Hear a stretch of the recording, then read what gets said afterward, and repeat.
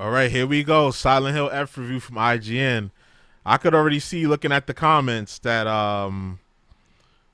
this is one of those reviewers that people don't like.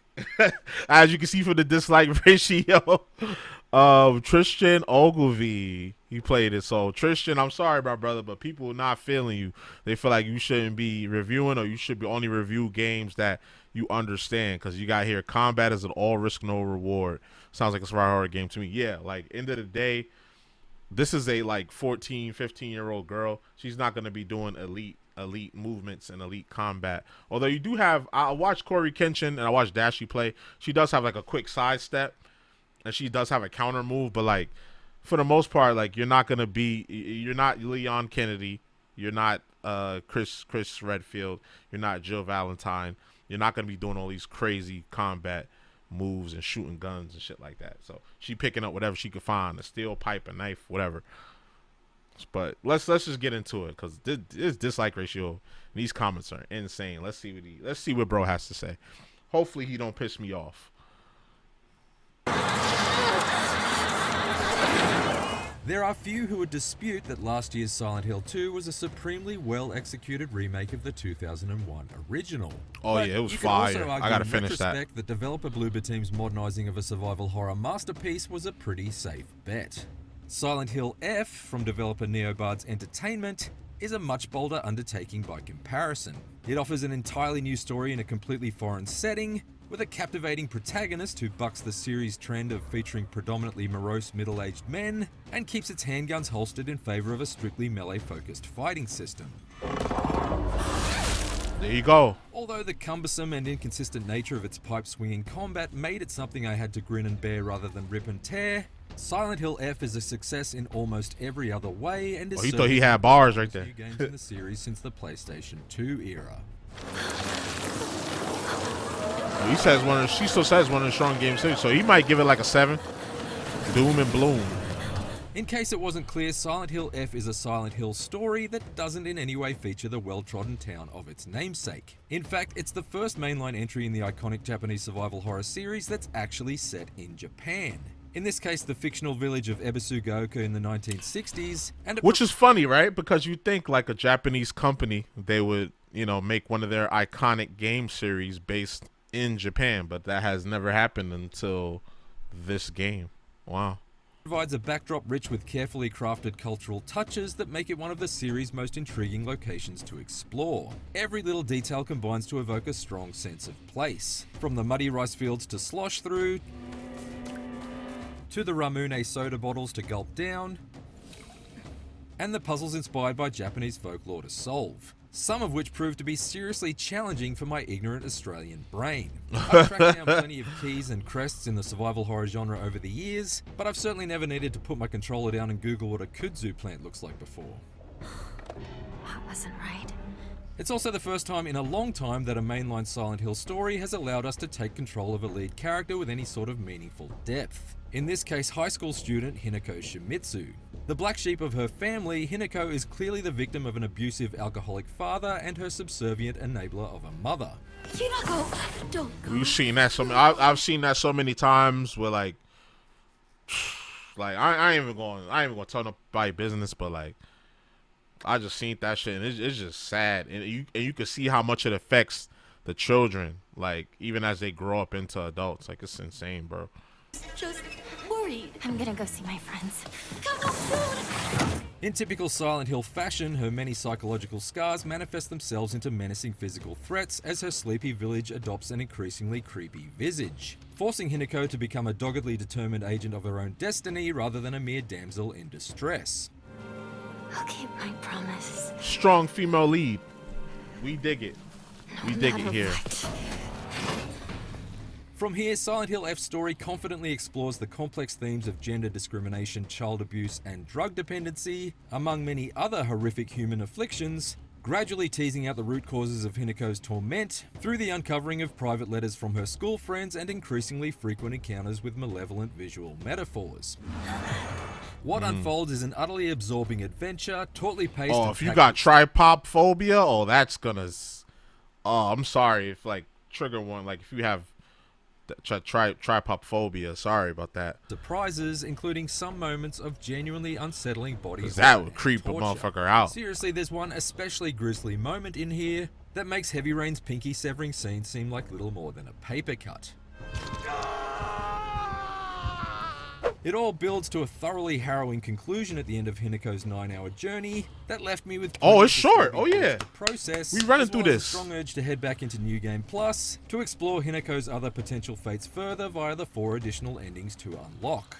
So it's like the short message, but even shorter. What? Yeah, it's like the short message, but a little longer. Like Silent Hill, the short message. That was a pretty cool game. I enjoyed that game. Okay. All right.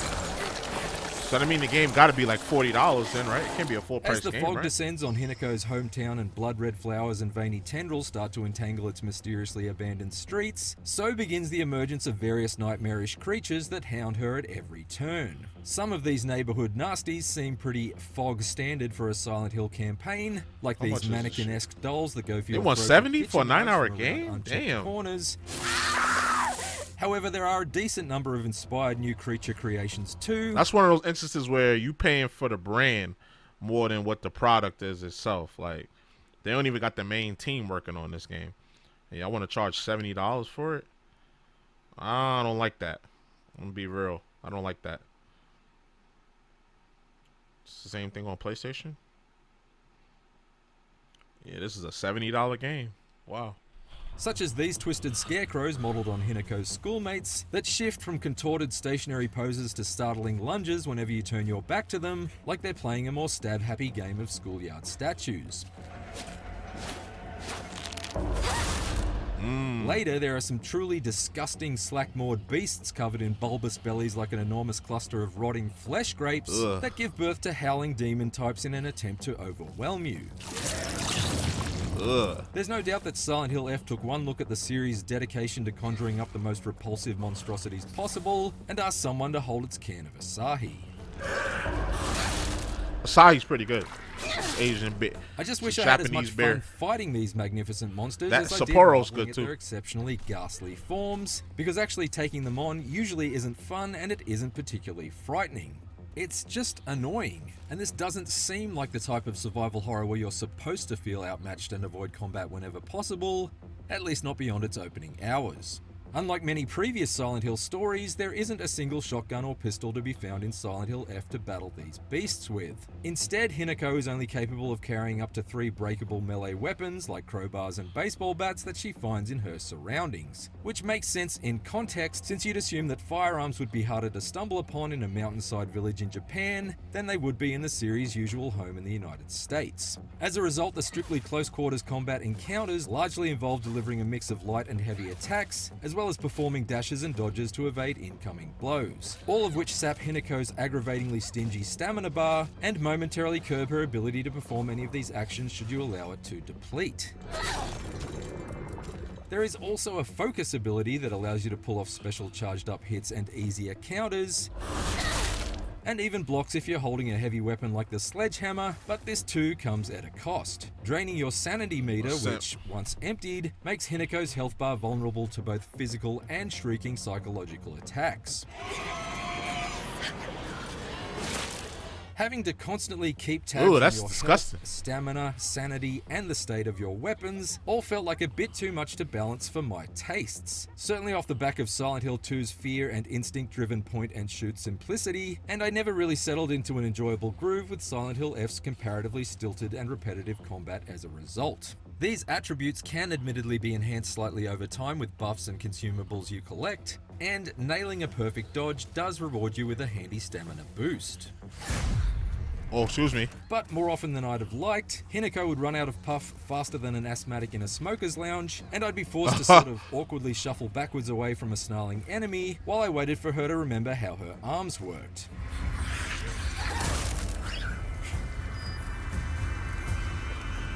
Even when there was still plenty of stamina up her school uniform sleeve, there were countless times where Hinako would just stubbornly pause between strikes for extended periods, while I furiously pumped the attack button in vain. Well, that's kind of your problem, though. Like, it's not a button masher. even in a Silent Hill 2, you can't just mash. Like there's like startup frames for that, and there's like a pause, but there's like pauses between there. That's kind of a you problem, bro. Come on, Hinako. There we go. By the way, she certainly doesn't seem to have any stamina issues during cutscenes. Coping with the restrictive nature of the stamina bar wasn't my main problem with Silent Hill F's melee combat though. Nor was it that my slow and energy-sapping swings would often clang harmlessly into nearby walls, despite the fact enemies were often that would somehow annoy me. able to hit me directly through scenery. It also wasn't the way the lock-on target switching seemed frustratingly unreliable. When the campaign's second half puts you up against enemy groups in greater numbers. Okay, that's fair. That's a fair Or how criticism. monsters would occasionally hack chunks off my health bar when I was defenselessly trapped in animations like entering a doorway. Yeah, that's poor. That's poor optimization. That's a legitimate critique. That's a legitimate critique. That's very poor optimization. No, my biggest gripe with Usually action games have a rule of thumb where if you're not facing the enemy, especially if it has a close FOV like that, if you're facing the enemy, if you have your back turned to the enemy, they won't attack you until you turn towards them. Or until you're in frame. At least until you're in frame. Silent Hill F's fighting is that it's all risk and no reward. Unlike, say, Dark Souls, where you earn XP from killing enemies in order to level up your character, or Resident Evil 4, where freshly dispatched foes will often drop vital ammo boxes or healing herbs, winning a battle in Silent Hill F means likely losing some of your health bar and definitely doing some damage to your annoyingly brittle weapons. This was also true of last year's Silent Hill 2 remake, if you substitute a loss of ammo in place of wear and tear on your breakable bats and sickles, that is. But the major difference is that I found the breathless and intuitive thrills of Silent Hill 2's shotgun-toting scraps to be its own reward. Since I didn't find Silent Hill F's fighting to be anywhere near as urgent or exciting, I opted to just straight up avoid enemy encounters wherever I could. Especially the heavy-set foes that can absorb half a lead pipe's worth of overhead swings before they expire. Seriously, if I have to use a big stick to violently smack something 8 or 9 times before it caves in, I'd at least expect it to suddenly spill packets of Skittles all over the floor at a birthday party.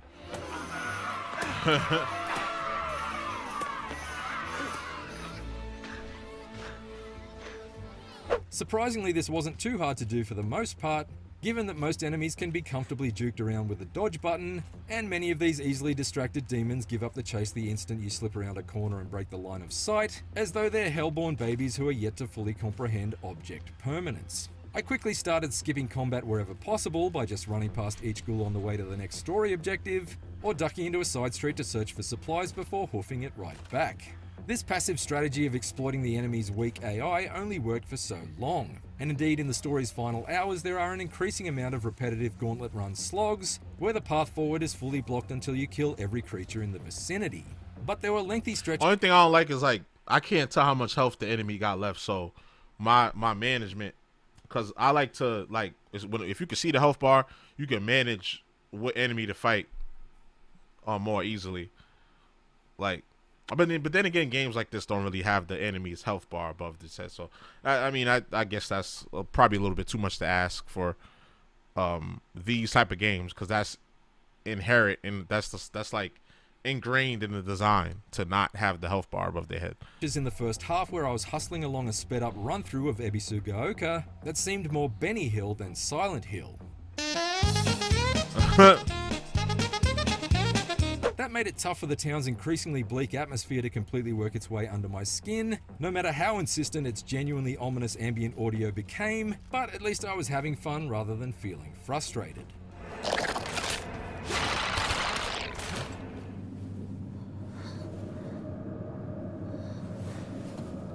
Meanwhile, the Torii Gate and lantern-lined shrine realm that Hinako drifts in and out of over the course of her journey does mitigate some of these combat issues, but it also gradually empowers her to a point where fighting becomes arguably too easy at times.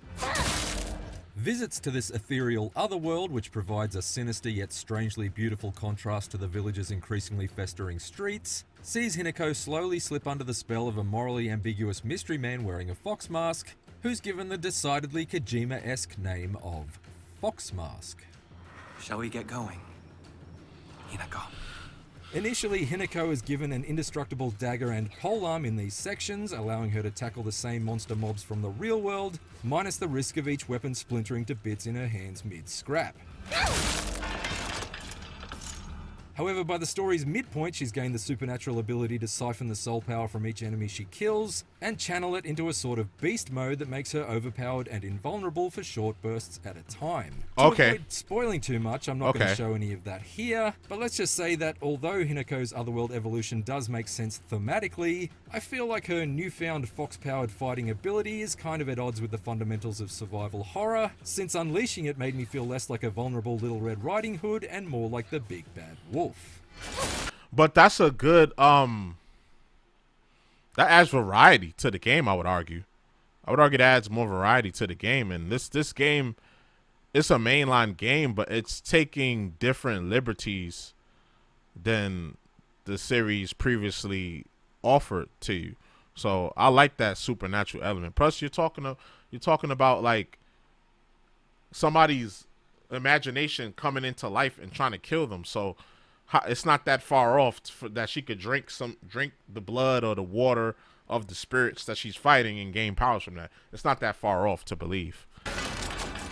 Having said that, Silent Hill F's Otherworld does at least play host to the bulk of its boss fights, which offer bursts of flashy spectacle on par with other melee-focused adventures like Elden Ring or Lies of P, but thankfully without being nearly as punishing to overcome. At least, not on the standard combat difficulty setting. Again, there are some really striking character designs on display here, such as this aggressive apparition that shrouds the arena with a red mist to mask its sneaky teleportations. Relax and close your eyes. Attacks from long distance with a spiked flail, and wraps Hinako in a bear hug to gnaw on her face if you get too close. Oh, While these battles still rely on the same sluggish slashing and dodging as every other enemy encounter, they at least provide a bit more in the way of strategic depth. swung the shit out that Naginata. The Shrine Realms levels are structured as elaborate puzzle boxes that are consistently satisfying to solve, from disorientating switch-based mazes to confoundingly cryptic treasure hunts. In fact, in general, the puzzles in Silent Hill F do an excellent job of momentarily sidelining combat for a more cerebral challenge, and also serving as crucial storytelling devices. Playing on the hard puzzle difficulty setting, I was regularly forced to pore over every scrap of information in Hinako's journal for clues, and there are some really clever puzzle sequences to explore here, such as collecting scattered calendar pages in Hinako's family home, and then using them to jump through different time periods to hunt down the disturbing ghosts from her past. Do not talk like that about your father. If the next Silent Hill focuses more on this sort of thing than on aggravating combat, it will really be onto something.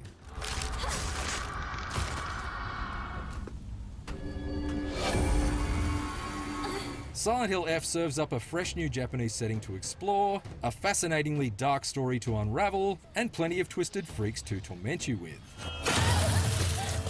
All of that made me wish I was a bit more enamored with a combat system that early on seems like too much of a chore to be fun, yet eventually made me feel too overpowered at times to be consistently scared. I admire developer neobards Entertainment for taking a big swing here, but like a laboured lurch from Hinako's frustratingly fragile lead pipe, it just hasn't quite landed exactly where I'd like it to. And again, that's a you problem, gang. I mean, I know he's played it and I haven't, but I mean, I see what people mean, in the comments with this guy. Like, maybe that's just these games are just not your cup of tea. Maybe they're putting you on the wrong games to review. I mean, he still did give it a set. Like, looks like he gave it a 7. He still did give it a 7, correct? So, hold on. Quite landed, but like. Did he? Spectacular art. Hold on. Still, some spectacular art design, imaginative puzzles, and a compelling lead character means this latest mainline entry in Konami's seminal survival horror series definitely earns a grade higher than a Silent Hill F. It's probably closer to a Silent Hill B-. So he still liked the game. It's just his personal bias made him rate the game lower. But I think the things that he was biased about, those are staples in the series. So it's just like, do you understand how Silent Hill games are supposed to be? I don't think so. So maybe they picked the wrong guy to review this game, but he still gave it a good score. But I see why the video has so many dislikes and why the comment section is going berserk. Normally I would say, oh, y'all being too hardcore, it's not that serious, but listening to him talk, it's like, yeah, bro, that's a you problem, gang. But that's why you don't take reviews. You take reviews with a grain of salt. You just listen to it so you can get a perspective from somebody who has played it before you're able to play it. And then you move forward with the decision, whether you're going to buy it right away, whether you're going to buy it, whether you think it could wait, or whether you think that you shouldn't buy it at all, which I don't think you should do. Like, even if you see a bad review, and you really still want to play the game, I think you should still play it. For more IGN reviews, check out our verdicts on Hollow Knight Silksong and LEGO Voyages, and for everything else, stick with IGN. Okay, so dang, I actually kind of wanted to see that review. Like, I'm doing way too many videos, bro. I'm stockpiling videos right now. Hold on. Silent Hill F. All right, so we have a very short game. The reviewer said it was 9 hours. The combat, as expected, is a little clunky, but I do like that little side dodge. It's pretty fast. And from the gameplay that I've seen, there's like a counter. Like when they flash red, you can attack them before they attack you. You do have 3 meters to pay attention to: the health bar, the stamina bar, and your sanity bar. The sanity bar is on the top, health is in the middle, stamina is at the bottom, and weapon durability. So that's a lot you have to manage, but I understand, because this is a 15-year-old girl, so she's not going to be like the strongest. You know, her will can be, easily broken, but I mean, hey, that's what I'm used to. We're not playing with superpowered people and special agents and stuff like that. So, those limitations are expected, and it adds to the fear element. So definitely want to play this game. But yeah, y'all let me know how y'all feel in the comments. You already know the vibes. Like, comment, subscribe, all that good stuff. It's your boy JusticeXFalls, and we out. 1.